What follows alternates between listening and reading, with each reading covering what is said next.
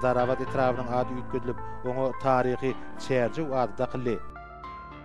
Atamraş şekerinin adları ütküdülüp, olary öňkü tarihi adı bolan Kerki adı daqilli. Büyük Türkmen maşadyna we döwleti etraflary biriktirildi. Bu etraf döwleti etrafy diýilip atlandyrildy.